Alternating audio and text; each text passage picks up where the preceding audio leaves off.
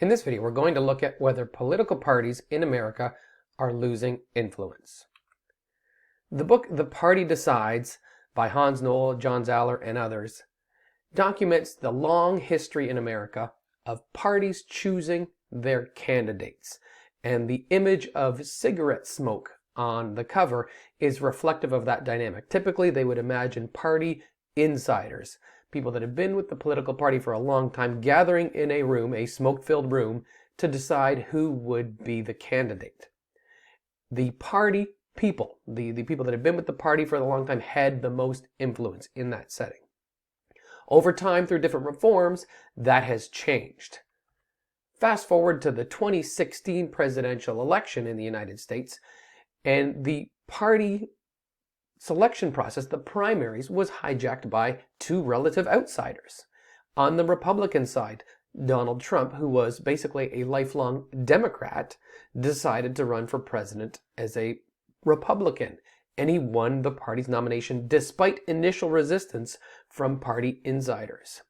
On the Democratic side, Bernie Sanders nearly won the Democratic Party's nomination despite not even being a member of the Democratic Party.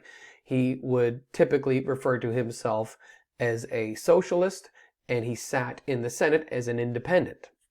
So how did this happen where these two people from outside the party structures were able to successfully mount primary campaigns? Well, the parties themselves seem to be losing influence. One of the factors that might be contributing to that was the 2010 Supreme Court decision called Citizens United. And for brief background, Citizens United was an organization that was trying to influence the election, as many do. Its movie called Hillary was scheduled to run during the 2008 election season. However, the current law at the time, the McCain-Feingold Campaign Financing Act, prohibited electioneering communications within certain timeframes before a primary election and a general election. Hillary, the movie, the screening was not allowed because that was seen as an illegal campaign contribution. Well, Citizens United took that case all the way to the Supreme Court. The Supreme Court ruled that that law, the McCain-Feingold Act, was in fact unconstitutional.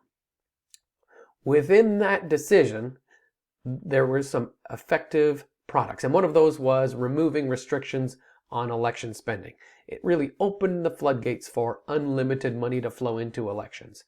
It also, within the language of the decision, created entities, indirectly created these entities that we now call super PACs. PAC refers to political action committees, and this certain class of political action committee could be formed and would be allowed to spend unlimited amounts of money at election time. So this really changed the campaign finance landscape. It also affected political parties.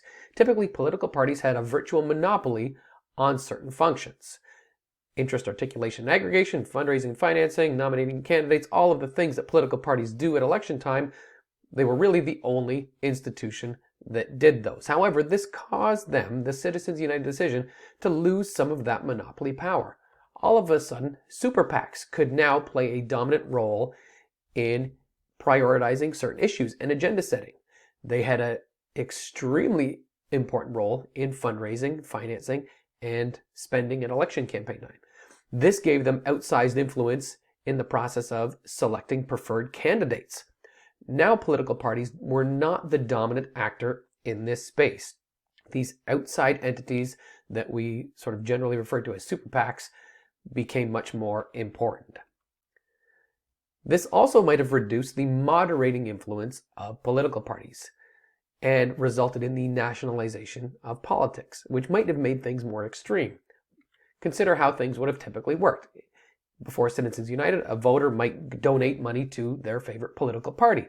The political party would then choose which candidates to support in different state and local races, and of course nationally as well.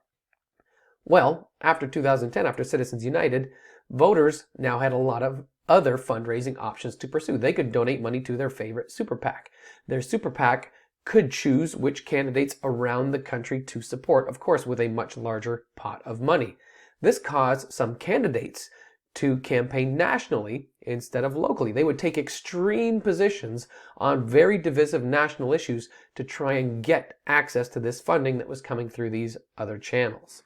And so whereas in the past the parties might have caused candidates to moderate and to do what the party wanted you to do in order to get funding for your campaign, now the incentives drew candidates further to the extremes to try and get access to money from these national super PACs. So just to recap, Citizens United decision 2010, very important because it had some influence in deregulating certain aspects of election financing. It increased the role of money in campaigns, and it really increased the profile of these institutions that we call super PACs, these organizations. In doing so, it reduced the influence, the direct influence that political parties have on the electoral process.